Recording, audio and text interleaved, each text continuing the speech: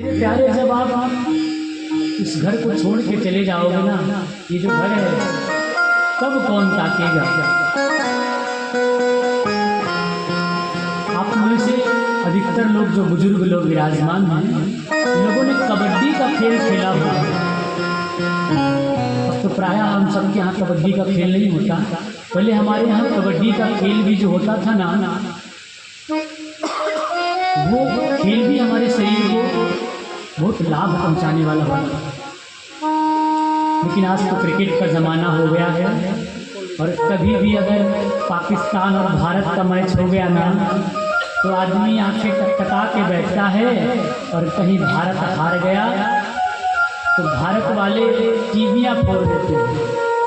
अगर पाकिस्तान हार गया तो पाकिस्तान वाले टीवी फोड़ देते हैं। लेकिन ये सब खेल हमारी नहीं है, कबड्डी का खेल हमारा खेल है। तो हम भी इस संसार में कबड्डी के खेल के मैदान में कबड्डी खेलने वाला वो कबड्डी कबड्डी करता रहता है, और सांसें नहीं टूटती हैं। और एक लाइन रहती है, उसको टच करके आना होता है। उसे स्पर्श करने के बाद आ जाइए तो आप विजयी घोषित हो जाएंगे। लेकिन अगर आपने उसको छुआ नहीं ना, तो गए काम से। तो हम सबका भी जीवन कबड्डी की खेल की तरह है। हम सब भी अपने घर के काम को रटते रहते हैं, और रटते रटते हमारी सांसें कब टूट जाएंगी और कब इस खेल से आउट कर दिया जाएगा, हम सबको पता नहीं। तो हम सबको भी चाहिए ना, इस कबड्डी के खेल में मुझे सजग रहना होगा, सावधान रहना होगा, और इन प्रकार ना मुझे माधव को बचना होगा। तो कहते हैं कि जो माया है, ये माया जब सुखदेव जी महाराज अपनी माँ की गर्भ में थे ना, सुखदेव जी का जन्म कैसे हुआ। नारद जी महाराज भगवान शिव के कैलाश में जाते हैं, माँ को देखा, और माँ को देखने के बाद कहते हैं कि माँ कैसी हैं आप। तो नारद जी के इस प्रश्न को सुनकर के माँ ने कहा कि बेटा नारद, हम तो प्रसन्न हैं, मस्त हैं, कैलाश है। कैलाश तो अपने आप में आनंद का प्रतीक है।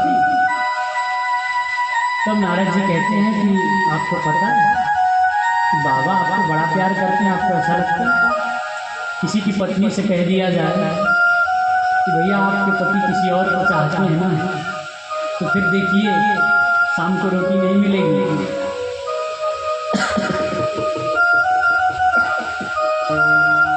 शाम को भोजन नहीं मिलने वाला है।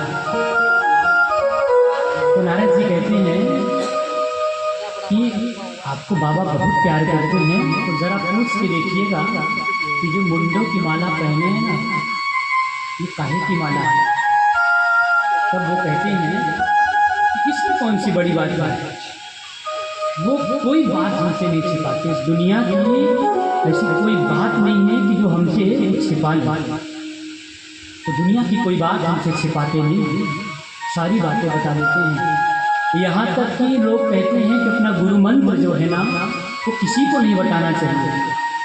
गुरु मंत्र गुप्त होता है ना, गुरु जी जब देते हैं तो ये कह के देते हैं कि बेटा इसे अपने और हमारे बीच ही रखना, कोई तीसरा इसे जानने न पाए। लेकिन हमारे बाबा को जो मंत्र जपते हैं ना राम नाम का, उसको भी मुझे बता दिए हैं। नारद जी मेरे घर को छोड़ो मत, यहाँ आकर के मेरा घर तोड़ने आए हुए। तो नारद जी ने कहा कि भैया हम घर तोड़ने नहीं आए हैं माता जी, हम तो सत्य बता रहे हैं कि मुंडों की माला है ना, प्रभु ने किसकी धारण की है, जरा बताना। तो जब भी कभी ऐसा होता है कि परिवार में बहुत सारे लोग हैं और आपके पति देव परिवार के लोगों में उस बात की चर्चा किए हों, और धर्म पत्नी से चर्चा ना किए हों, अचानक किसी दूसरे से पता चले, तो लोग कहते हैं कि भैया किचन में सबसे पहले क्या बना लेती हो। तो किसी ने कहा कि हम मुँह बना लेते हैं, तो आज उनका मुँह बना ही रहता है। तो माता रानी ऐसे बैठी हैं, और बाबा कहते हैं, जाते जाते नारद जी ने बाबा को प्रणाम भी किया है, और भगवान समझ गया कि बस कुछ गड़बड़ है, आज शाम की रोटी शायद नहीं मिलेगी। नारद जी आग लगाते हैं। तब नारद जी की स्थिति को देख करके जैसे नारद जी जा रहे हैं तो बाबा तुरंत अंदर जाते हैं और पूछते हैं कि देवी क्या हाल है, क्या हुआ? तो कहती हैं कि बस हमसे बात मत करो, बहुत कपटी हो, कपट रखते हो मन में। तो बाबा ने कहा कि ऐसी कौन सी बात है कि जो हम अपने आप को करेंगे? तो कहते हैं कि जो माला पहन के रखे हो ना, बताओ किसकी माला है? तब भगवान ने उनको अमर कथा की कहानी बताई है। आप में से कोई भी अमरनाथ जी गए हो, वहाँ देखेंगे कि आज भी शिव और पार्वती के रूप में दो जोड़े कबूतर वहाँ रहते हैं। जरा आप सोचिए, वो कबूतर आपके आने के बाद खाते क्या होंगे? तो साक्षात भगवान शिव और पार्वती का जोड़ा है, इसका दिव्य दर्शन आप सबको होता है। तो अमरनाथ की गुफाओं में भगवान ने डमरू बजाया है, और उस डमरू को बजाने से जितने भी पशु पक्षी सब पलायन कर जाते हैं, लेकिन कभी अंडा पलायन करेगा? एक तोते का अंडा वहाँ पड़ा रहता है, और वो अंडा भगवान की समर कथा को सुन लेता है।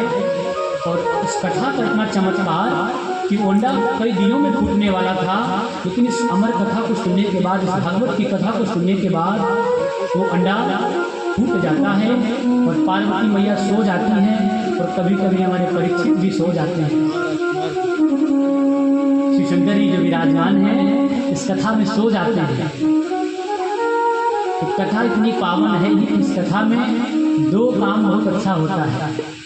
एक तो मणिराम बस में नहीं होते हैं, और दूसरी कि निद्रा देवी सताती रहती है कि बस बंसी बजी नहीं कि बस नींद आने लगती है। मन भटक के दुकान चला जाता है, अगर दुकान नहीं गया तो यहीं अवरुद्ध हो जाता है, सो जाता है इंसान। तो चलिए घर में बैठे बैठे आपके सोने से यहाँ सोना बहुत ही पावन होगा। तो वो अंडा फूट जाता है, और माता जी जब सो जाती हैं वही अंडा हुंकार भरता है। और फिर भगवान ने जब पूछा उनसे कि देवी आपने सुना क्या भगवान के पावन चरित्रों को? तब उन्होंने कहा कि नहीं प्रभु, हम तो सो गए थे। तो बोले वो हुंकार कौन भर रहा था? तो बोले वो हुंकार मुझे पता नहीं।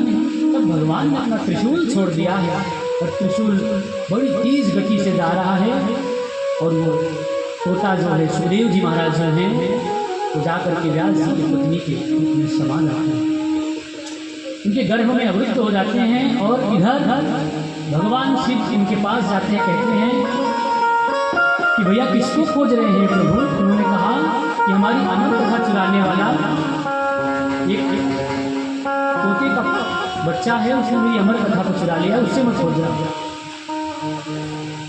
तब व्यास जी ने कहा है कि प्रभु आपने इसका नाम अमर कथा रखा, उसको मारने के लिए दौड़े हैं, तो आपकी कथा व्यर्थ नहीं हो जाएगी। कितना सुनते मान बाबा अंतर्ध्यान हो जाते हैं। और वही सुखदेव जी महाराज 12 वर्ष के बाद, 9 महीने माँ के गर्भ में बच्चा रहता है, सुखदेव जी 12 वर्ष रहे। तो 12 वर्ष के बाद जैसे माँ के गर्भ से निकलने का मन नहीं कर रहा कि ये दुनिया की माया मुझे सताए। जब व्यक्ति जन्म लेता है तो सिर्फ माँ को जानता है, माँ पिता से परिचय कराती है, पिता बाबा से परिचय कराते हैं, बाबा दादी से परिचय कराते हैं। धीरे धीरे नगर मोहल्ले के लोग आपको जानने लगते हैं। ठीक इसी प्रकार भगवान कहते हैं सुखदेव जी आप चिंता मत करो, तुम्हें इस धरती की माया जो है ना तो सताने वाली नहीं है। श्री सुखदेव जी महाराज ने समस्त स्थितियों का मंथन करके एक सार रूप निकाला है, समस्त स्थितियों का मंथन किया, अध्यात्म दीप प्रज्वलित किया है। साधक आग अज्ञान के अंधकार में भटकते हुए जो भटक रहे हैं, उन भटकते हुए प्राणियों को ये रास्ता ढूंढने पर दिखाई पड़ा, तो मार्ग के लिए सुखदेव जी ने भागवत रूपी सुंदर दीप प्रज्वलित कर दिया है। अहंकार में भटकते हुए जीवों का कल्याण, अहंकार में भटकते हुए संसार के भटकते हुए जीवों का बहुत अनुग्रह और कल्याण करने की भावना से संसार को अनुग्रह करके उन्होंने इस दीप को प्रज्वलित किया है। व्यास श्री सुखदेव जी के पाद पद्मों पर बारंबार प्रणाम करते हैं, और भगवान नारायण और भगवती सरस्वती एवं व्यास जी का ध्यान करते हैं जिनका ये पावन चरित्र है